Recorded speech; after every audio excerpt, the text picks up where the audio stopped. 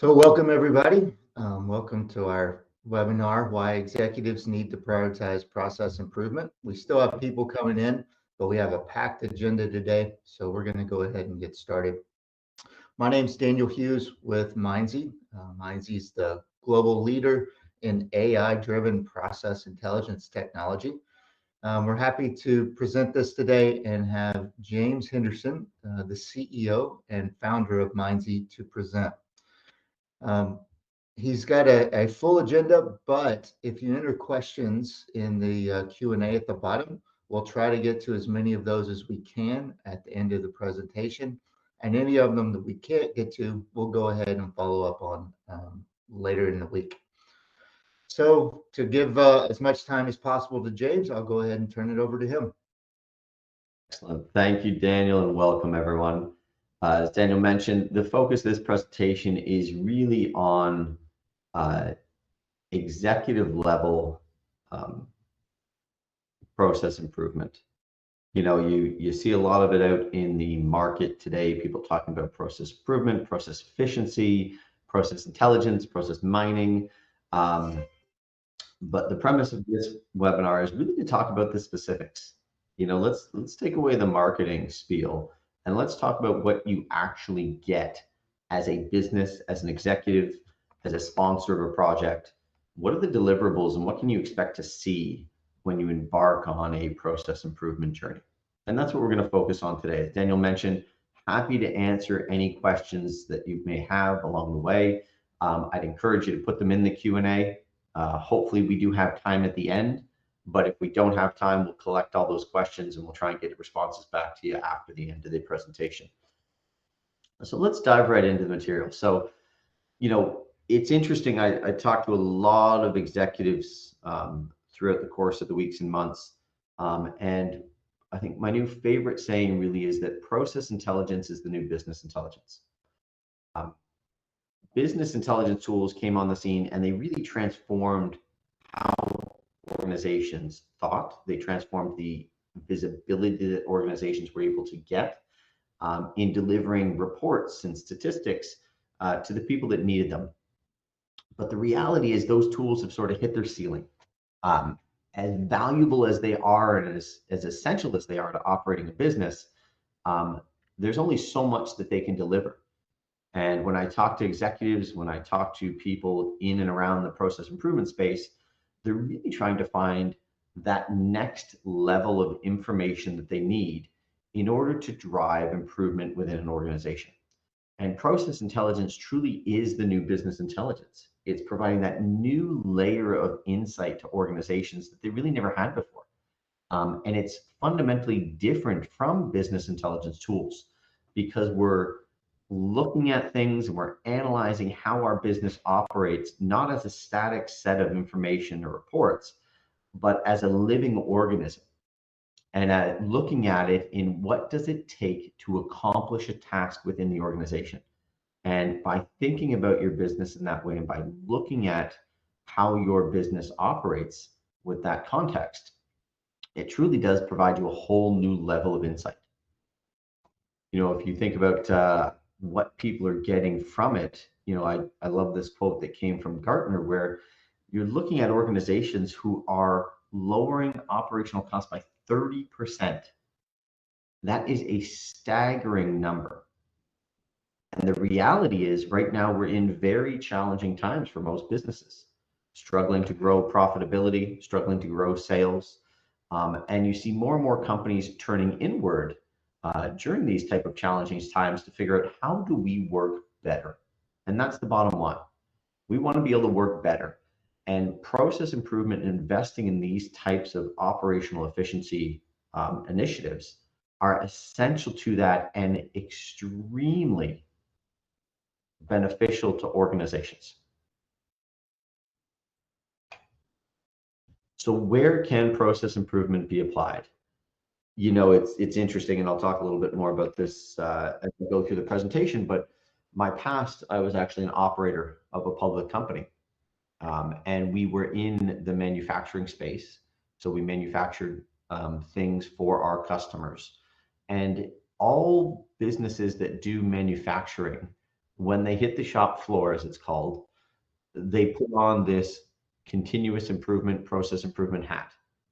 How do I make it more efficient? How do I reduce? We went all the way to how do I limit the amount of times that someone who is assembling product has to turn from left to right?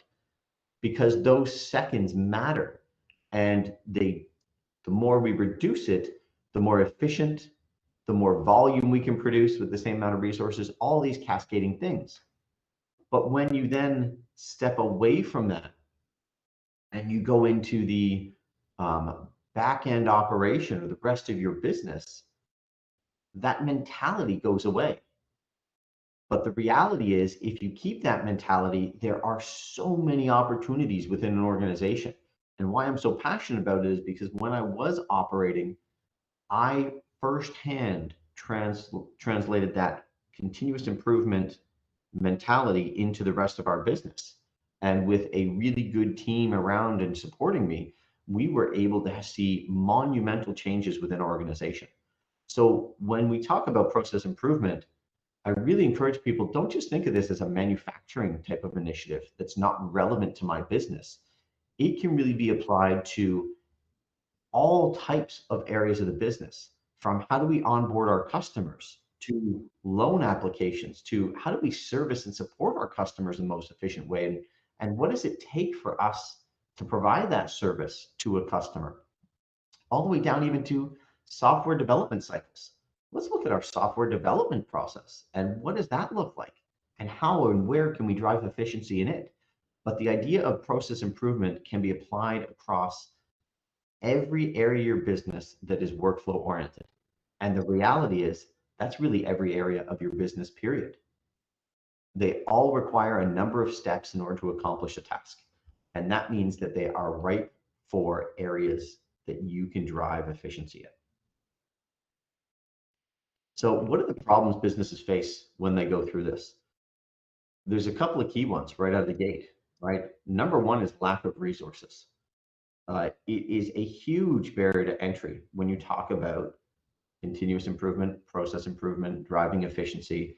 We don't have the resources. Our staff are swamped. I challenge that statement every single time I hear it because I lived it. We didn't have extra resources in my previous organization. We were growing quickly. We were scrambling to keep up, to be quite frank. The reality is we had to make the time.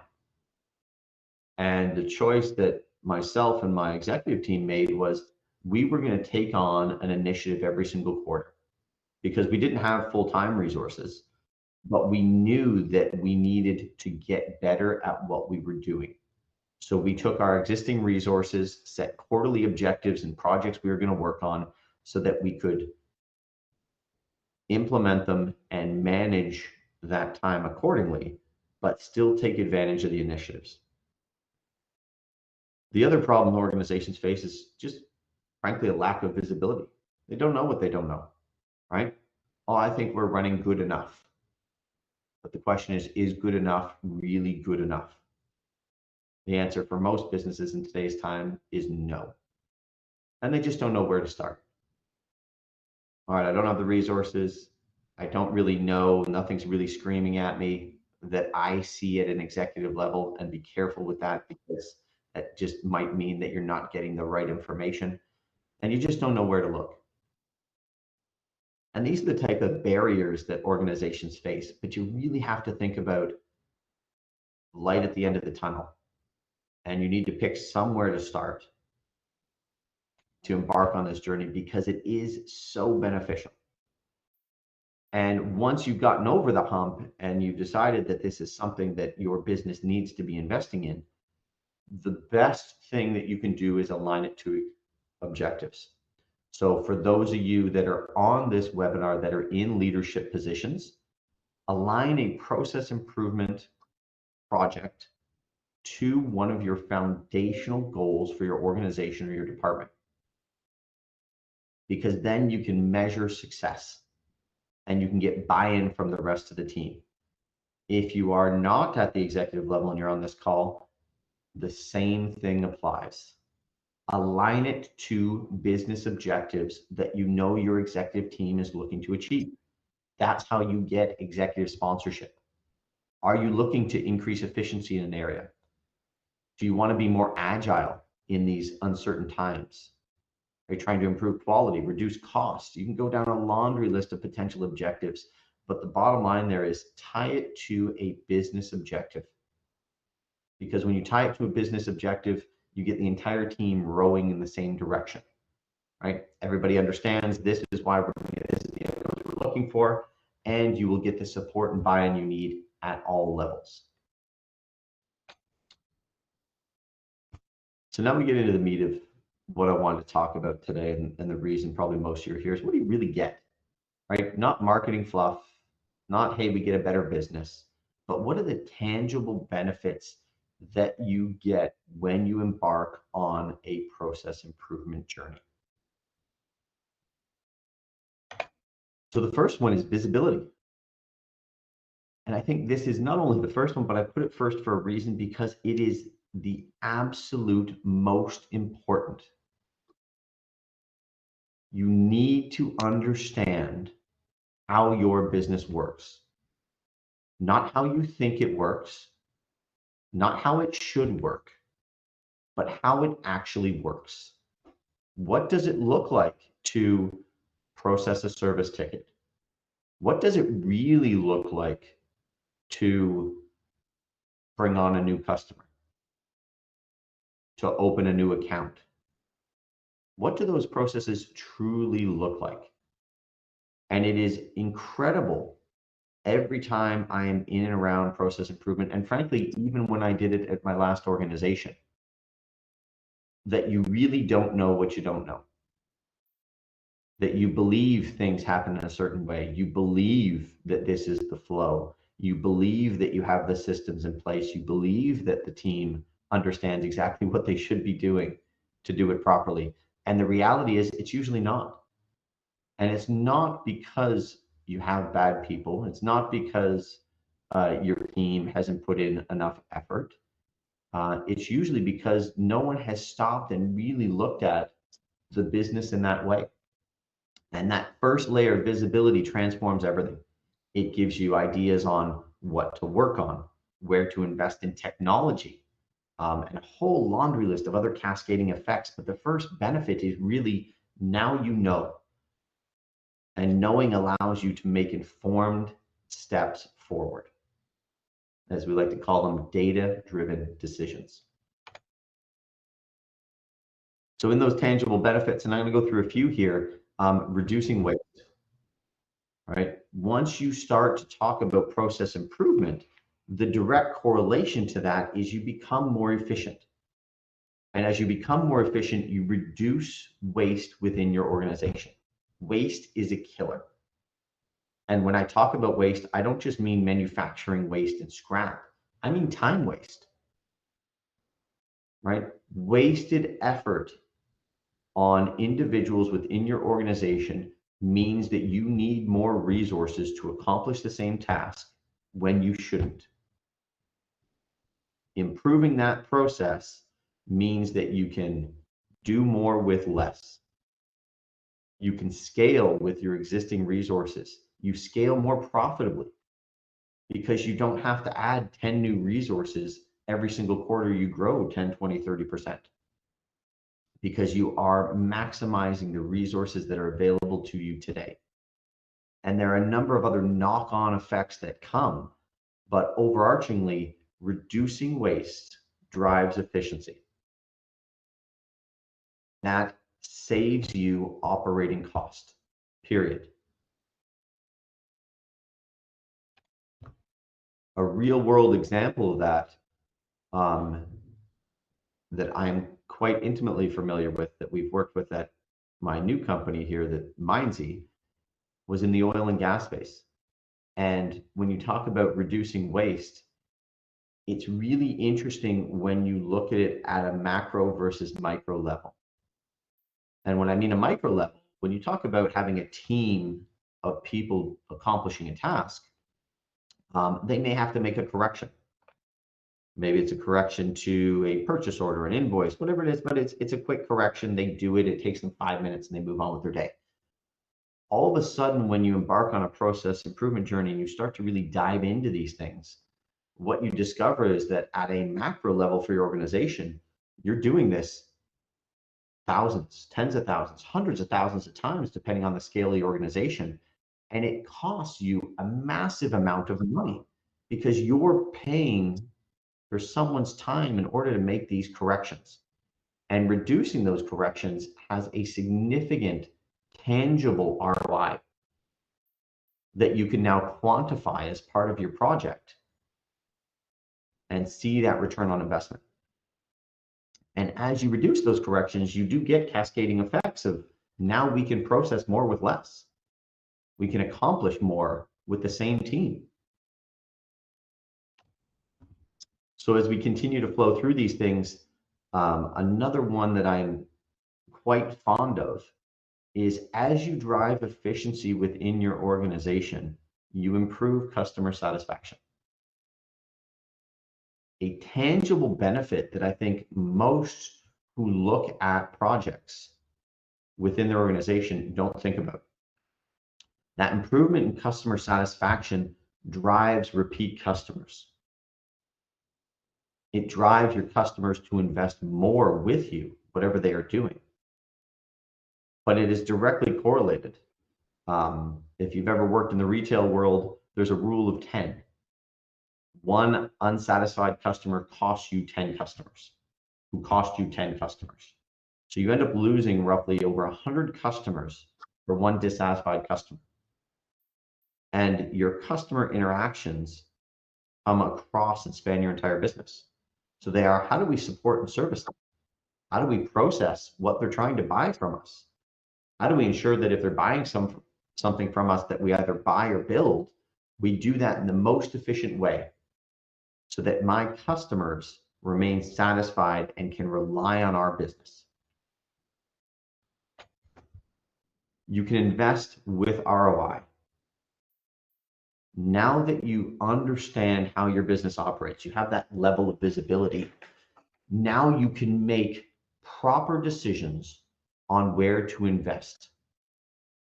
Invest in things like automation, invest in new systems or system improvements. And of course, my favorite, not everything is system driven. Sometimes it's training. Now we can look at what we're doing, how we're doing it, who's doing it, and how do we make all areas of that better?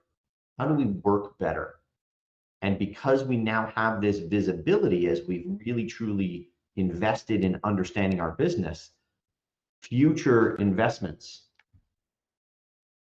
we can make with a better ROI because we now understand where to put more money and where that benefit is going to come from. You can also benchmark existing investments, right? As important as it is to now invest in future projects that return the best ROI for you, and as you gain that visibility, you can make that decision. You can also benchmark the existing investments. When you start thinking about process improvement, and really we're talking about process efficiency, we can look back at some of the things we've done and say, did we really get the benefit that we expected from it? If we invested in a new system, let's say a new workflow, or we made changes or upgraded a system because we were told that it was going to make our business better.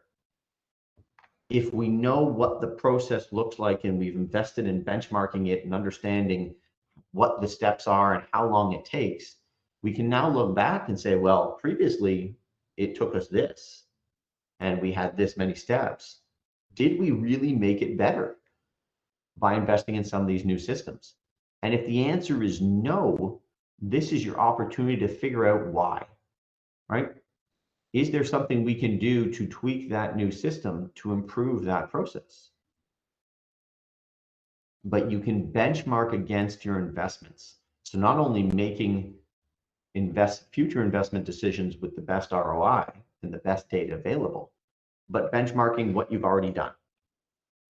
So it doesn't become a never-ending investment cycle into a solution, an opportunity, a business initiative that maybe will never lead to the results that you're expecting, will never have that ROI. Another great one as you go down the path of efficiency is the ability to set internal SLAs.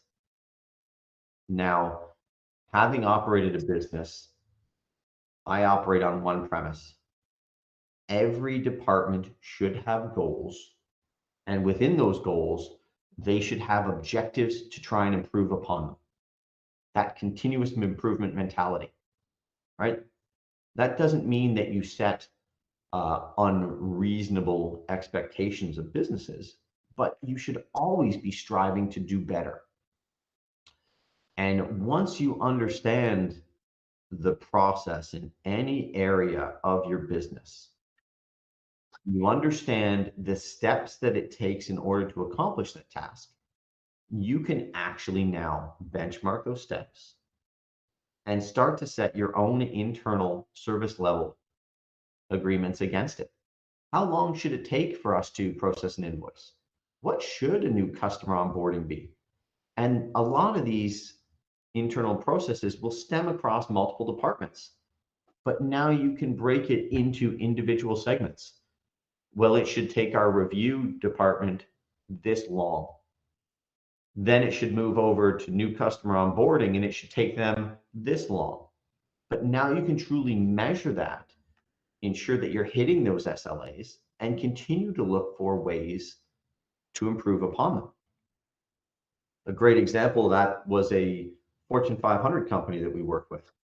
And they were looking at their sales order entry. And the reality is for them, when they embarked on the process improvement project, they had never had the visibility into the detailed steps. You know, they thought about things as enter a sales order, package it, ship it to customer, and get paid. And high level, that's fundamentally correct. But when you start to look at the details of it, within each one of those high level objectives, there's a number of steps that happen. And when they had the visibility into those steps for the first time, they were able to set measurable internal SLAs for departments. And they were able to put tools in place to begin to actually continuously monitor them. So this enabled their managers and their leaders to get the information that they needed to be able to improve. Because without that information, they didn't know where to start.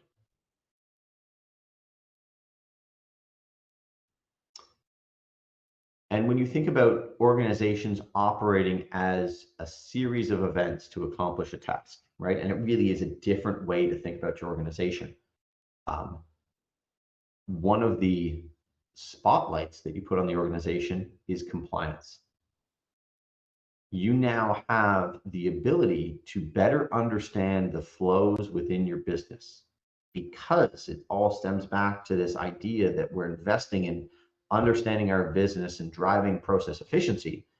We can now better stay compliant because we get the visibility of these steps, and we can see when, for example, these steps happen out of order. When do things move forward without being approved? And you know, it's, as I talk to businesses, it's incredible because they all come back with the same thing. You can't do that in our system. We designed it so that you can't. And you know, a favorite sort of level setting comment that I always make is, but what you have restricted and set can and can't be done in a system does not define what happens in the real world. And what people will do is they will come back and enter things after the fact, right? So you see that that happened, but it doesn't stop them from being able to take action outside of the system and document after, or circumvent rules that were put in the system, right? And it's not always for a malicious intent. Sometimes it's because they just trying to get things done. So they find it faster this way, and they find shortcuts, ways to circumvent all your controls. Sometimes it is malicious, right? And they are trying to circumvent approval levels or authorities, or do something more devious. But as you start to understand your business and think about it as a process and drive this process efficiency, compliance can play a huge part in that, because now you have that visibility and you can better ensure that things are happening the way that they're intended and monitor and track those things. So what don't you get? There is no miracle pill. There's no magic wand that any consultant or anyone else is going to come in, or any technology provider is going to come in and do, that's just going to do everything for you and change your business. You need to think about investing in improvement in your business first. And that investment will pay dividends. That much I can promise you, because I saw it firsthand, and we had staggering results as we started every quarter picking a different area of the business to go through and make, assertive decisions to improve. But it wasn't a magic pill. It was a transformational initiative within the organization to think differently and continuously want to do better. And that is an important statement as you embark on these initiatives, is that it's not going to be some magic wand, but you will get tangible, significant benefits at the end of this. And as we run tight for time here, I'm going to leave you with a couple final thoughts. Keys to success. Focus on a specific process and targeted objectives. Don't try and align 100 resources and say we're going to transform the entire business if you're not at that scale and you don't have those resources available. Start off with a tangible, targeted objective. Success will breed success, and you need buy-in. So once you start off with a tangible objective, I want to reduce the back and forth within my customer support. I want to process my invoices faster. Whatever that objective is, right? I want to reduce the cycle times in my procure to pay process. I want to improve my time from sales order receipt to delivery to the customer. A tangible objective. Because once you achieve that objective, every other leader in your business is going to start hearing about it. It will be a domino effect, and they will want then to embark on a similar journey for their department, which means now you have people with a vested interest, not just yourself at the executive level, and not just the individuals at the process improvement or operational level, but at every level within your organization, a vested interest because they've seen the success.